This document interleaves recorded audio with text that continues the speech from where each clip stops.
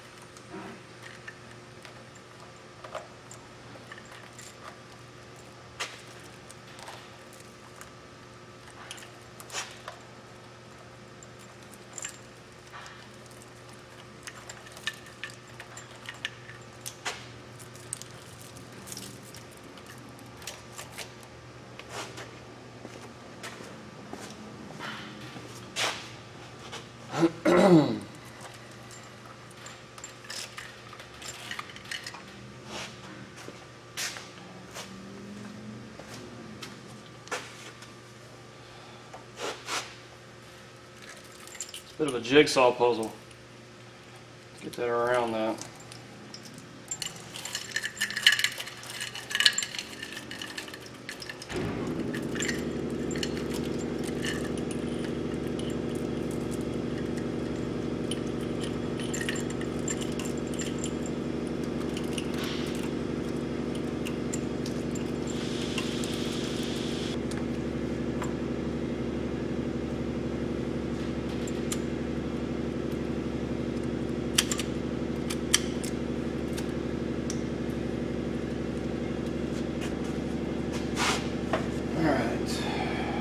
Turn this cam a little bit to get this thing to line up. Yellow dots on that, yellow links on that dot, copper links on that dot. Blend up with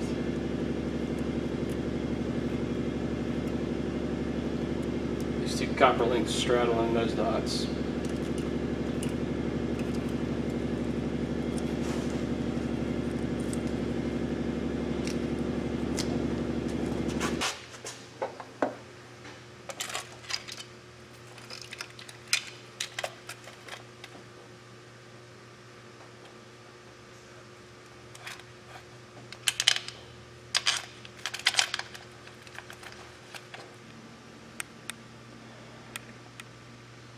So that dot is hooked up on the right hand cam,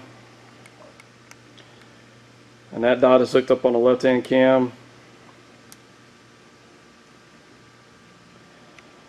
But we're off right there. So we got to get that situated.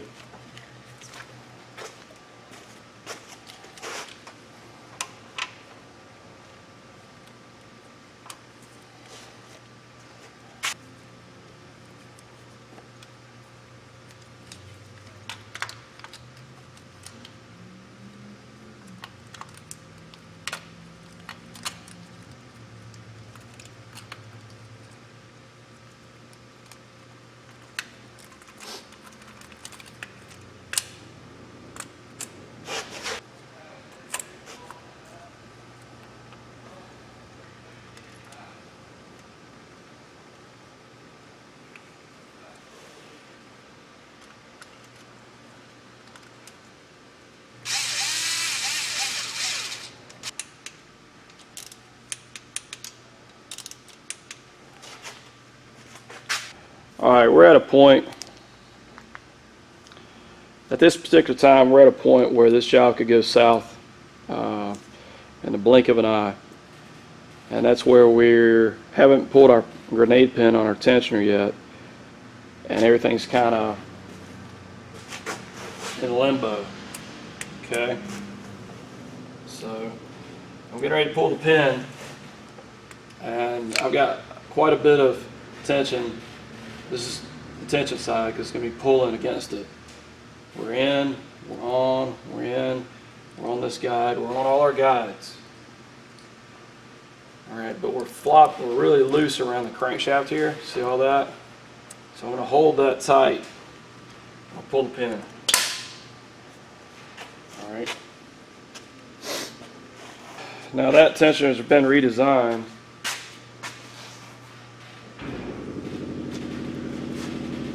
But this is the old one.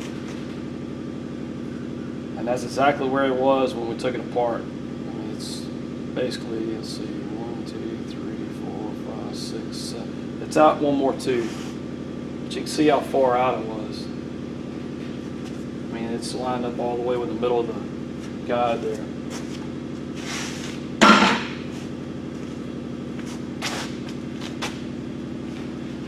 So this should do a lot better.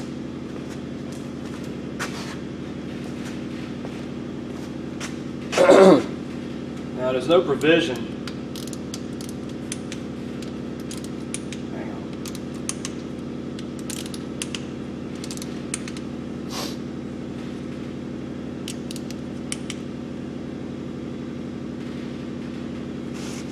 The timing belt setup, you could, basically on a Ford, you take the spark plugs out and you roll the engine over twice, and then you recheck your marks. With a chain setup, the amount of times you would have to roll the motor for the links to line back up, it wouldn't be worth it. It's like, I don't know, 128 times, some ridiculous number to get those links to come back around on those gears to the same spot. Ford knows this, so they give you a tooth count. Even if you don't know the tooth count, you can just count it on a new chain. I mean, it's always there because these are marked from the factory. Even the old chain, the marks are still visible on it. So we're going to roll the motor over twice, and then count the teeth from gear to gear, and just as a double check.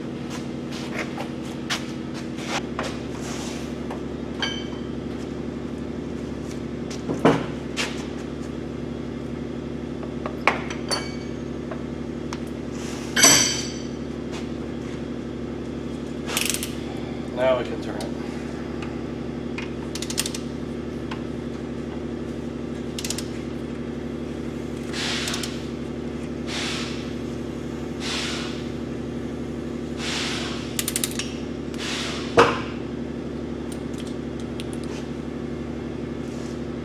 Now you can see there's no oil in that tensioner. You can watch it bounce back and forth. And you see how you can get yourself in trouble, especially if you turn the motor backwards. This thing could jump teeth.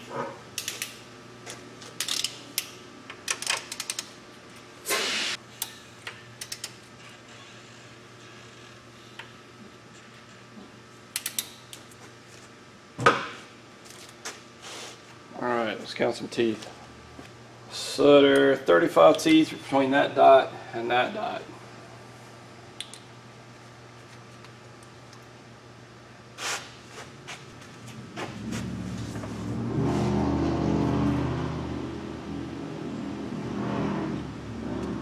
Dos, tres, cuatro, cinco, seis, siete, ocho, nueve, 10, 11, 12, 13, 14, 15, 16, 17, 18, 19, 20, 21, 22, 23, 24, 25, 26, 27, 28, 29, 30, 31, 33, 2,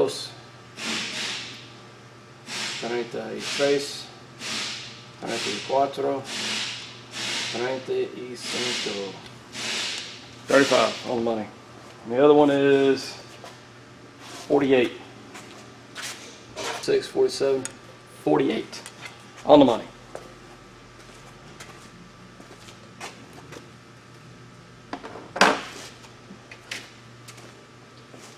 This thing's on a compression, so I'm going to move it just a little more to where it's nice and relaxed. That thing's not bouncing around. Now we can put the front cover on. So here's one of the things that drives me crazy about today's shop manuals, especially Ford shop manuals. They basically treat mechanic like an idiot.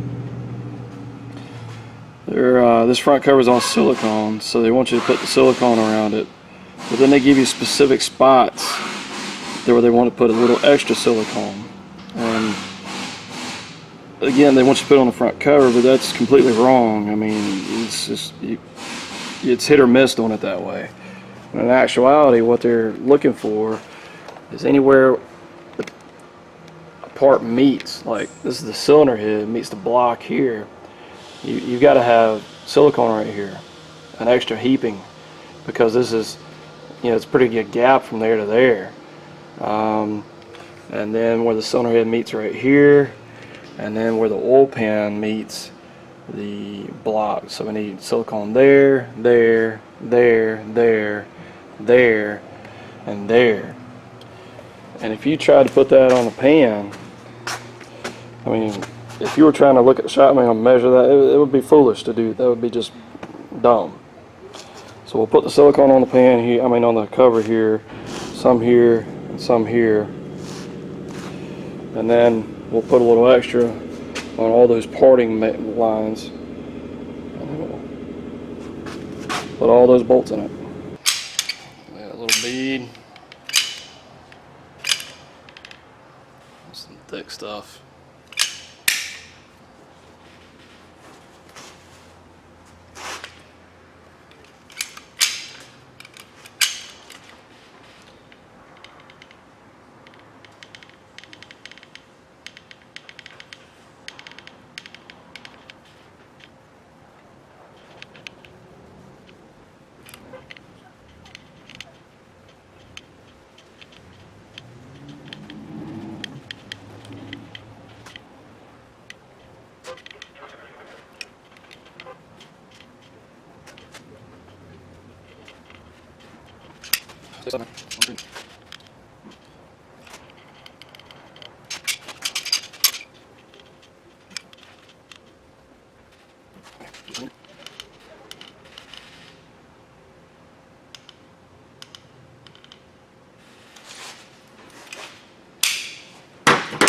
Alright, so now I just want to look and make sure there's no daylight between the bead. Like right there, some daylight. So I'll just knock it down. And the component that I'm applying to.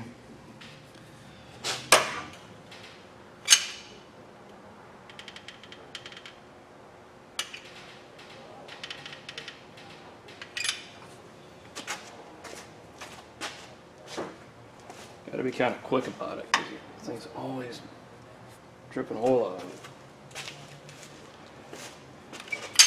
Get around your seal.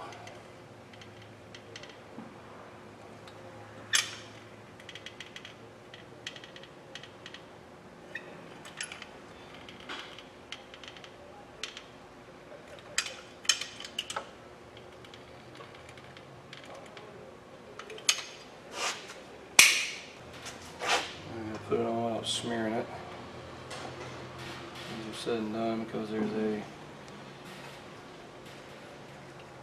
wiring harness right there. You see compressor right there.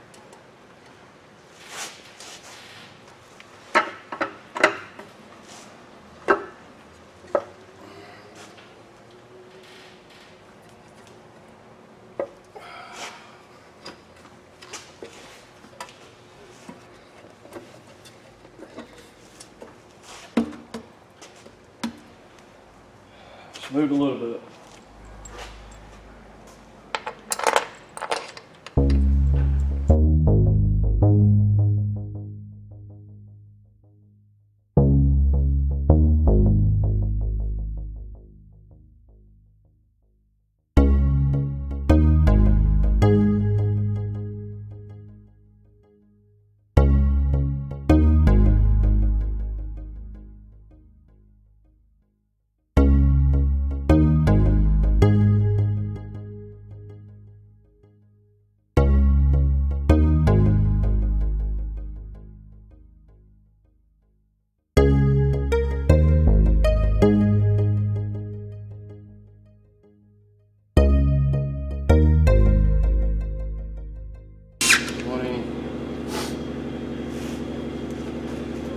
1278.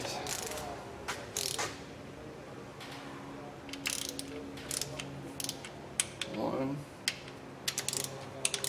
two, 7, 8. 1, 2, 7, 8. 15, 17, 18. 15, 17, 18, 19, 20. Alright, number 1. Number 2. Number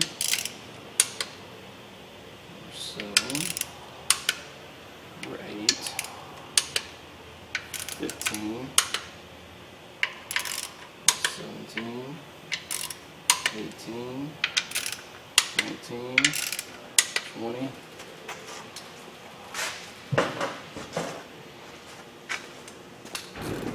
An additional 45 degrees.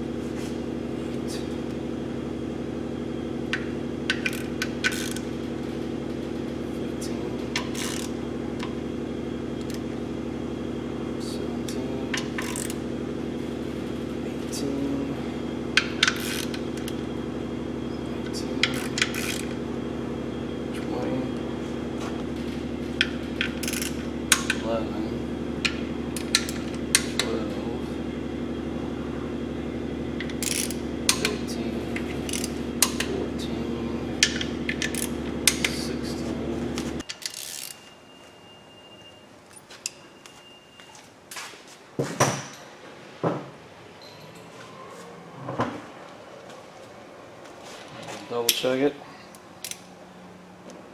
Starting this corner here.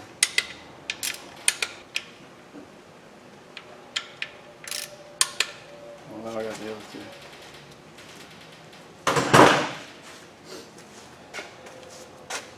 Now's the time you don't want to forget about something. I meant to take that off before we got it all back together.